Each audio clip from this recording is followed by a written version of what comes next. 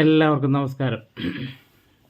ഞാനിന്ന് നിങ്ങളോട് പറയാൻ ഉദ്ദേശിക്കുന്നത് ഒരു ഫണ്ടിനെ കുറിച്ച്. അതായത് ടാറ്റ പുതിയൊരു ഫണ്ട് ലോഞ്ച് ചെയ്യിക്കുന്നു.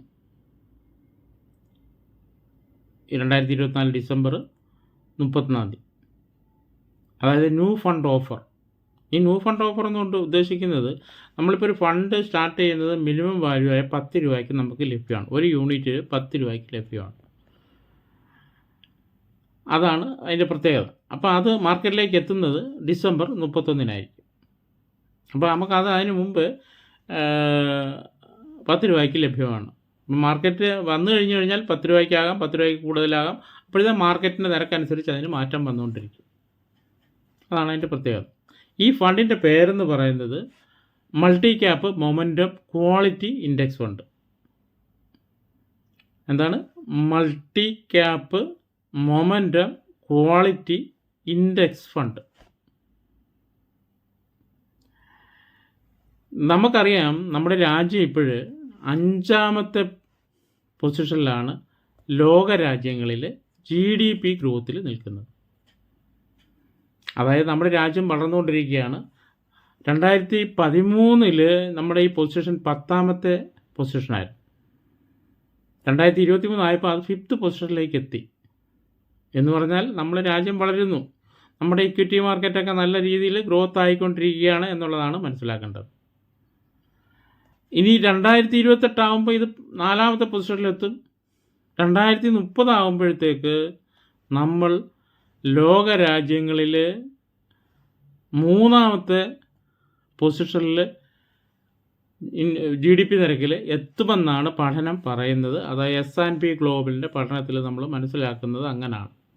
ഏതായാലും നമുക്കും അറിയാം, നമ്മുടെ രാജ്യം വളർന്നുകൊണ്ടിരിക്കുകയാണ്.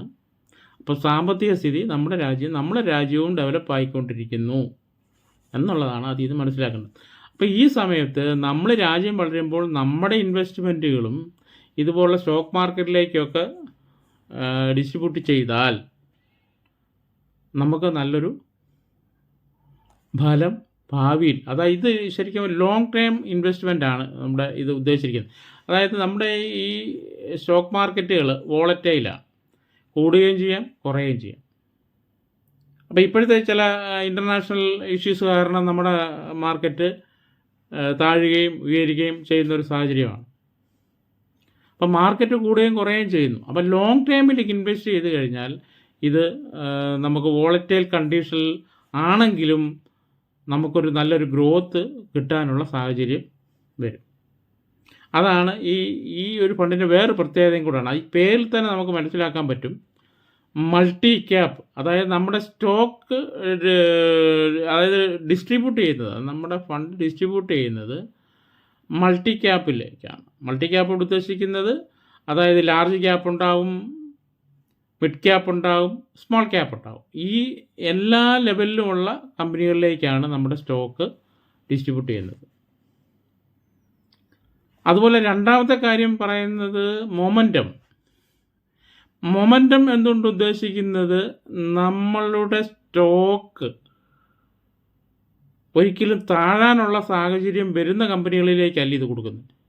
അതായത് ബെഞ്ച് മാർക്കിനെക്കാട്ടിലും ഉയർന്ന BSE സ്റ്റോക്ക് മനസ്സിലാക്കി അതിനനുസരിച്ച് നമ്മുടെ ബെഞ്ച് മാർക്കിനെക്കാട്ടിലും ഉയർന്നു നിൽക്കുന്ന കമ്പനിയുടെ സ്റ്റോക്കിലേക്കാണ് ഇത് ഡിസ്ട്രിബ്യൂട്ട് ചെയ്യുന്നത്. അപ്പോൾ ഒരിക്കലും ബെഞ്ച് മാർക്കിനെക്കാട്ടിലും താഴ്ന്നൊരു പ്രശ്നം വരുന്നില്ല. അതാണ് മൊമെൻ്റ് കൊണ്ട് ഉദ്ദേശിക്കുന്നത്.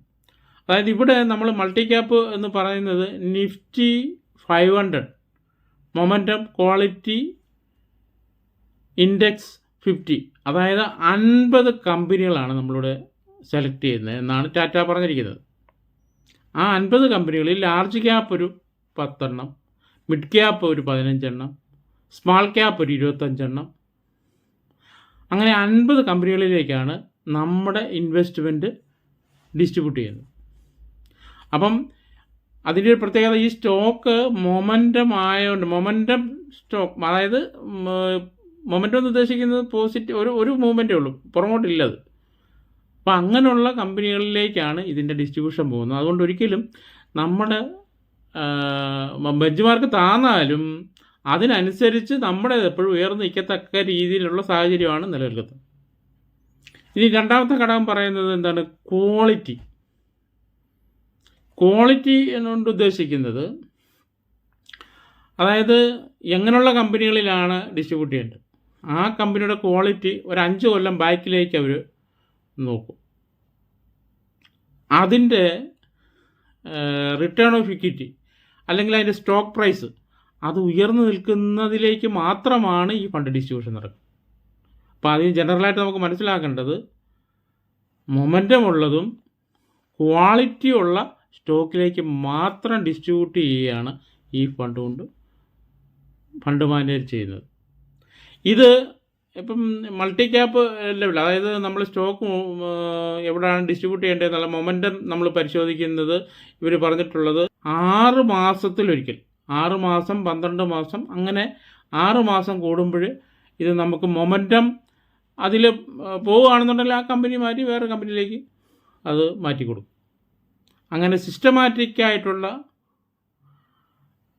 രീതിയിലാണ് ഇത് നടക്കുന്നത്. അപ്പം നമുക്കൊരിക്കലും നമുക്ക് നഷ്ടം വരാനുള്ള സാഹചര്യം നിലനിൽക്കത്തില്ല എന്നാണ് ഇതിൽ നിന്ന് മനസ്സിലാക്കേണ്ടത്. അപ്പം മൊമെൻ്റം ഉള്ള കമ്പനി, ക്വാളിറ്റി ഉള്ള കമ്പനി, ഇതിലേക്കാണ് ഈ ഫണ്ട് ഡിസ്ട്രിബ്യൂട്ട് ചെയ്യുന്നത്. ലാർജ് ക്യാപ്പിലുള്ള കമ്പനിയാണ്, മിഡ് ക്യാപ്പിലുള്ള കമ്പനികളാണ് ഈ കാണുന്നത്. അതുപോലെ തന്നെ സ്മാൾ ക്യാപ്പിലുള്ള കമ്പനികളുമാണ് ഇത് കാണുന്നത്. കമ്പനി അലോക്കേഷൻ കൂടുതലും ക്യാപിറ്റൽ ഗുഡ്സിനാണ് 30.38, ഫിനാൻഷ്യൽ സർവീസ് 21.16. നേരത്തെ ഉള്ള ഫണ്ടിൻ്റെ പെർഫോമൻസ് ആണ് ഈ കാണുന്നത്. ടാറ്റയിൽ ഈ ഫണ്ടുമായിട്ട് ബന്ധപ്പെടുത്തി 12 പ്ലാനുകളോളം ഉണ്ട്. സിസ്റ്റമാറ്റിക് ഇൻവെസ്റ്റ്മെൻറ്റ് പ്ലാനാണ് ഇതിൽ ലോങ് ടൈം ആയിട്ട് നല്ലത്. കൂടുതൽ വിവരങ്ങൾ അറിയുന്നതിലേക്ക് വാട്സപ്പ് നമ്പറിൽ റിക്വസ്റ്റ് ഇടുക. Thank you. നമസ്കാരം.